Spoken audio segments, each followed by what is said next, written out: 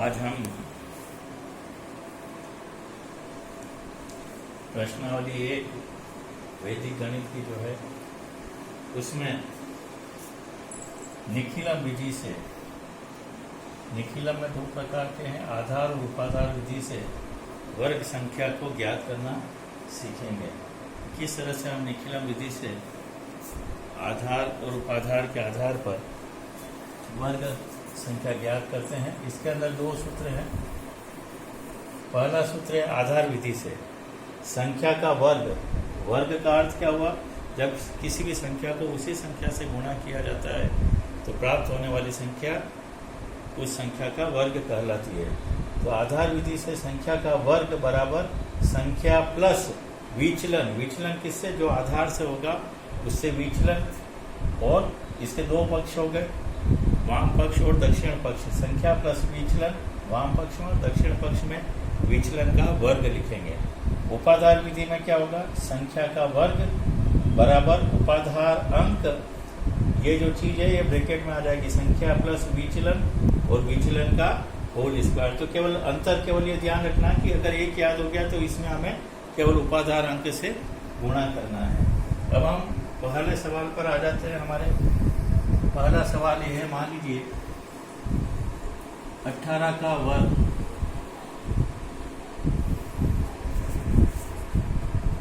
अब क्या हो गया, यहाँ पर ये किसके आसपास है, 18 यानी 10 से ऊपर है, तो आधार में क्या ले लूं, आधार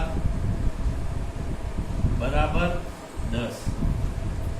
अब विचलन क्या होगा, विचलन हमेशा संख्या में से आधार जाएगा।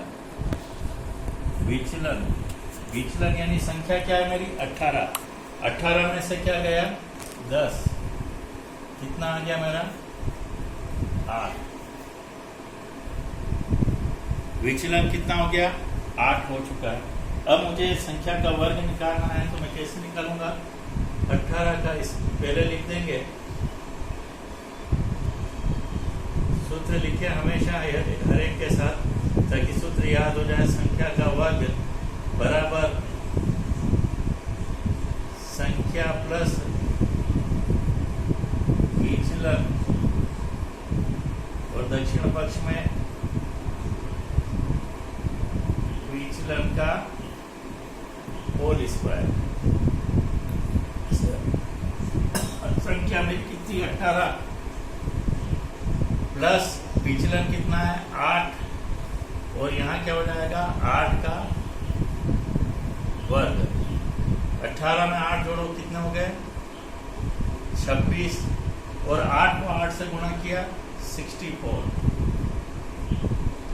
अब एक चीज का ध्यान रखिए कि मेरे पास यहाँ पर आधार में कितना अंक है, कितना शून्य, 1 शून्य, तो मैं इधर दक्षिण पक्ष में केवल 1 अंक रखूंगा, और ये जो अंक है दूसरा अंक वो इधर हासिल में जुड़ जाएगा। 26 और 6 32, और यहाँ क्या रहेगा केवल 4। यह हमारा पहला सवाल आधार विधि से खत्म हो गया। अब इसी की जगह मान लीजिए दूसरा ले लें, हम थोड़ा सा अलग तरीके से ले लें, आधार के आधार पर ही। तो मान लीजिए मेरा यहाँ दूसरा सवाल आया 97 का स्क्वायर। अब हमें पता लग रहा है 97 यानी किसके आसपास पहुंच गया, 100 के आसपास। आधार बराबर 100, विचलन ले लें हम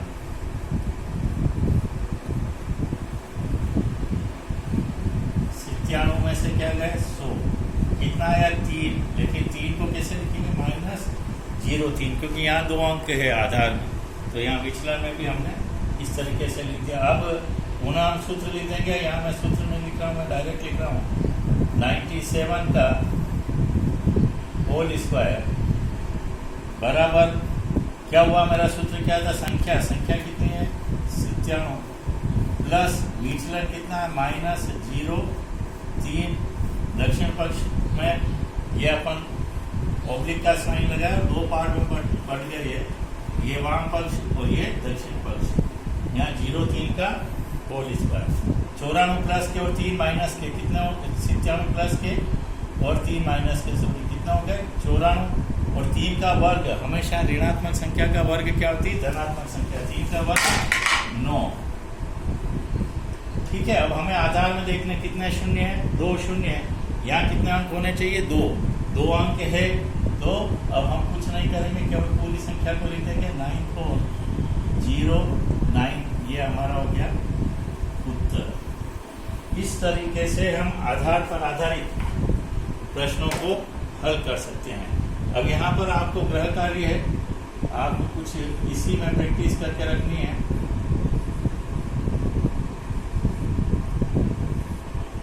पहला मान लीजिए 14 का होल स्क्वायर,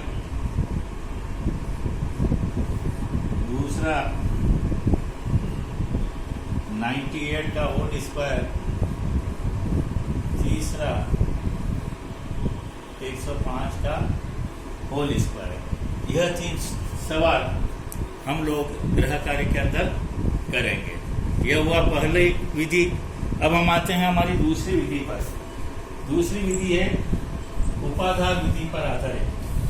यह भी समझ लें ताकि एक दिन का एक कंसेप्ट हमारा पूरा हो जाए कि भाई आधार हो गया, उपाधार भी हो जाए। अब उपाधार के अंदर हम क्या करेंगे? मान लीजिए उपाधार के लिए पहला उदाहरण ले रहे हम 23 का वर्ग। 23 हो सकता है, 35 हो सकता है, 34 हो सकता है।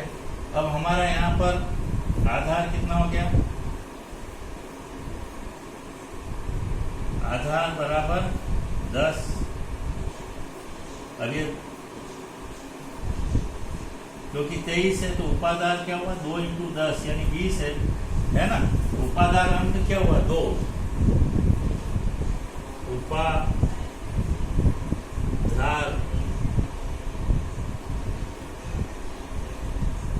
अंक कितना हो गया? 2। विचलन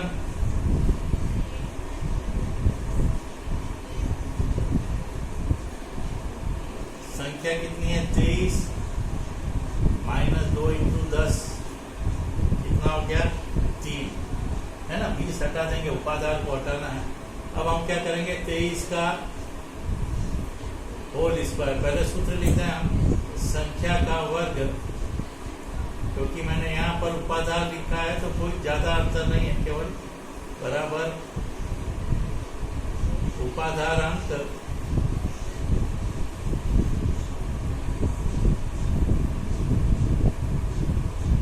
ब्रैकेट लगाएंगे, संख्या प्लस विचलन, जो सूत्र हमने पहले पढ़ा था, ब्रैकेट बंद, और दक्षिण पक्ष में विचलन का वर्ग। अब हम केवल मान रखते हैं यहाँ पर उपाधार अंक हमारा है 2, 23 + 3 और यहाँ 3 का होल स्क्वायर। 2 × 23 और 3 26 और 3 का वर्ग 9। यहाँ पर क्योंकि आधार में 1 0 तो 1 ही रखेंगे। 26 दूनी 52 और ये हो गए 9। 1 अंक है इधर दक्षिण में। हमारा सवाल राइट 529, इसके हो गए उत्तर।